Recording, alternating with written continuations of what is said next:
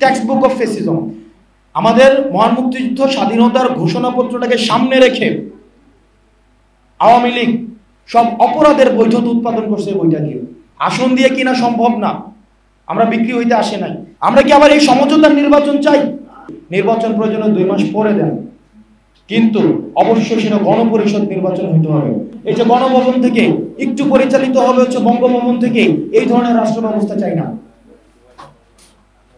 এটা একটা আপনারা আমাদেরকে আবার এই যারা অভ্যুত্থানটা করছে, এটা সিম্পল ইকুয়েশন ভাই। আগের যে রাষ্ট্র ব্যবস্থা এটা ফাংশন করে নাই, এটা ফেল করছে, যার কারণে 5ই আগস্ট আসছে। আমি মূর্খ মানুষ, কিচ্ছু বুঝি না, এটা একটা সিম্পল হিসাব। যদি ফাংশন করতো, বইটা কই, এই যে সংবিধানটা যদি ফাংশন করতো, 2014 সালে বলছে না সংবিধানের ধারাবাহিকতা রক্ষার জন্য একটা নির্বাচন দিতেছে, আছে না? বলছে না? এটা হচ্ছে একটা text book of fascism. Text book of fascism. আমাদের মহান মুক্তিযুদ্ধ স্বাধীনতার ঘোষণাপত্রটাকে সামনে রেখে আওয়ামী লীগ সব অপরাধের বৈধতা উৎপাদন করছে। বইটা দিয়ে আমাদেরকে অবশ্যই একটা নতুন সংবিধান দিতে হবে। আর যারা প্রতিষ্ঠিত, যারা মনে করতেছে যে আমাদেরকে বাইনারি রাজনীতির বাইরে নতুন রাজনৈতিক দলের উত্থান হইতে দিবে না, আমরা আপনাদেরকে বলতে চাই, আসন দিয়ে আপনি আমাদেরকে কিনতে পারবেন না। আসন দিয়ে কিনা সম্ভব না, আমরা বিক্রি হইতে আসে নাই, এটা ইম্পসিবল। আপনি মিডিয়াতে চরিত্র হনন করে আমাদেরকে কিনে ফেলবেন। মিডিয়াতে চরিত্র হনন করে গতকাল কাদেরকে পোস্ট দেওয়াইছে, তাদেরকে কিনা যাবে, আমাদেরকে যাবে না। গত 1 বছরে একটা চ্যানেল, একটা মিডিয়া 1 টাকার দুর্নীতি ক্রেডিবল সোর্স থেকে প্রমাণ করতে পারছে,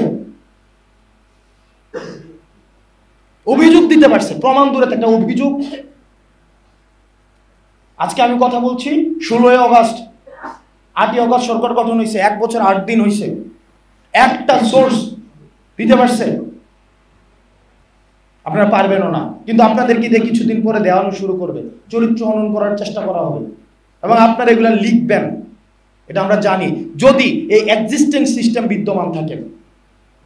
সেজন্য প্রত্যেকটা রাজনৈতিক দলকে বলবো, এনসিপি দায়িত্ব নিয়ে বলছি, এই কোনো সিট নেগোসিয়েশনের মধ্য দিয়ে, এটাও তো একটা মধ্যরাতের নির্বাচন, আর এই নির্বাচনের মধ্যে পার্থক্য কি? আমি যদি আগে সমঝোতা করি যে আমি দাঁড়াবো এই আসনে, আপনি এখান থেকে ক্যান্ডিডেট দিবেন না, সমঝোতা মানে কি? যে বিএনপিকে বলবো যে আপনি আমার আসনে ক্যান্ডিডেট দিবেন না, এখান থেকে শুধু আমি দাঁড়াবো, জামাতকে বলবো, অন্য রাজনৈতিক দলকে বলবো, তো এটা তো একটা মধ্যরাতের ইলেকশনই, যেখানে জনগণের সামনে কোনো অপশন নাই। আমরা তো এই নির্বাচন চাই না। আমরা কি আবার এই সমঝোতার নির্বাচন চাই? জনগণের সামনে অপশন থাকতে হবে। জনগণ, আমরা একটা নতুন সিস্টেম তৈরি হবে যেখানে জনগণের সামনে অপশন থাকবে, তার যদি পছন্দ হয় আমাকে ভোট দিবে, না হয় ভোটের মাধ্যমে দিয়ে রায় দিবে যে আমি সে আমাকে খারিজ করে দিয়েছে। এখন আবার আমরা আগের মতো করে এই সমঝোতার রাজনীতির দিকেই যাচ্ছি, যেটা ইম্পসিবল। আর রুলস অফ গেম, আমরা আগে যেভাবে নির্বাচন হইতো, আগে কিভাবে নির্বাচন হইতো, আগে নির্বাচন করে দিত আমার আসন কুমিল্লা 4, এর আগের বছর যিনি এমপি ছিল 100 কোটি টাকা, কথাই কথিত আছে, প্রমাণ তো নাই, 100 কোটি টাকার বেশি খরচ করে উনি হচ্ছে নির্বাচিত হয়েছে নমিনেশন নিয়ে। আগে নির্বাচন কে করে দিত?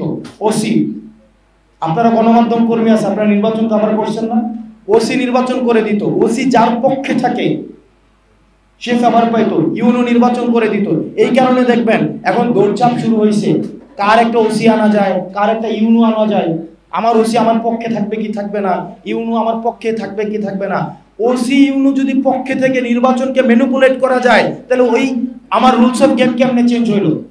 জনগণ হচ্ছে নির্বাচন একমাত্র হচ্ছে ম্যানিপুলেট করতে পারবে, এই ক্ষমতাটা শুধু থাকবে জনগণের কাছে। এখানে আম্পায়ারের ভূমিকা পালন করবে হচ্ছে প্রশাসন। আমরা দেখছি আম্পায়ারের জায়গায় প্রশাসন খেলোয়াড়ের ভূমিকায় অবতীর্ণ হয়। প্রশাসন পুলিশ কি খেলোয়াড় না আম্পায়ার?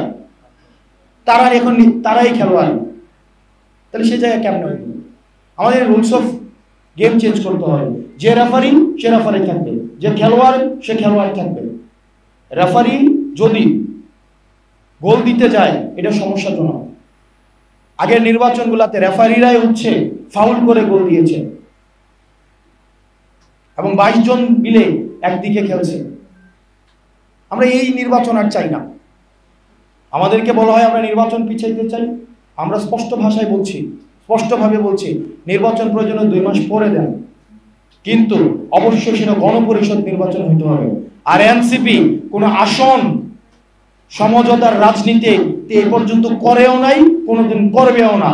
এই প্রপাগান্ডাগুলো এখন বর্তমানে নতুন যারা ব্রাহ্মণ হয়েছে, আওয়ামী লীগের জায়গাগুলো যারা এখন নতুন করে দখল করছে, ওইসব মিডিয়া এই প্রপাগান্ডাগুলো এখন চালাচ্ছে। প্রিয় সাংবাদিক বৃন্দ এবং যারা আজকে আলোচনা উপস্থিত হয়েছেন, আমরা একটা নতুন বাংলাদেশ দিতে চাই। আমাদেরকে শত্রুজ্ঞান কোনো রাজনৈতিক দল আপনারা যদি করে থাকেন সেটা আপনারা ভুল করছেন।